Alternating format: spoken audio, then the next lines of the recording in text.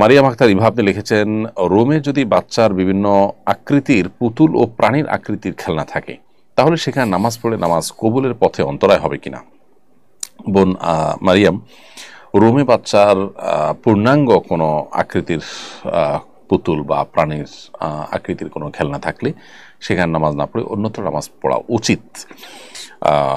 এটি প্রথমত ফেরেশতা প্রবেশের ক্ষেত্রে বাধা সৃষ্টি হয়, রহমতের ফেরেশতা আসে না। এখানে আমাদের আয়েশা আল্লাহ তাআলা আনহা পুতুল নিয়ে খেলা করেছেন, একটা প্রাণীর পুতুল নিয়ে খেলা করেছেন মর্মে একটা হাদিস পাওয়া যায়। সেই হাদিসের ব্যাখ্যা অবশ্য উলামায়ে কেরাম বলেছেন যে এখানে প্রাণীর অবয়বটা হয়তো ছিল, পূর্ণাঙ্গভাবে একটা প্রাণীর চোখ মুখ কান যেরকম থাকে ওইরকম হয়তো ছিল না।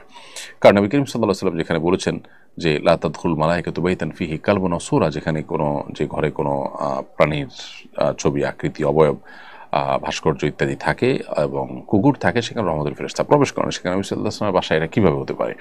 অতএব এটি নিশ্চয়ই এমন ছিল যেটিতে পূর্ণাঙ্গ অবয়ব বোঝা যায়নি, জাস্ট ডামি বোঝা গেছে এরকম কিছু। তো এই জন্য এরকম কোনো রুমে থাকলে প্রকাশ্যে বিশেষ করে দৃশ্যমান থাকলে সে রুমে নামাজ না পড়ে অন্য রুমে নামাজ পড়া উত্তম। যদিও রুমে নামাজ পড়লে নামাজ হয়ে যাবে, বাট মান এবং গুণগত মান কমে যাবে, কারণ রহমতের ফেরেশতা সেখানে প্রবেশ করেন না।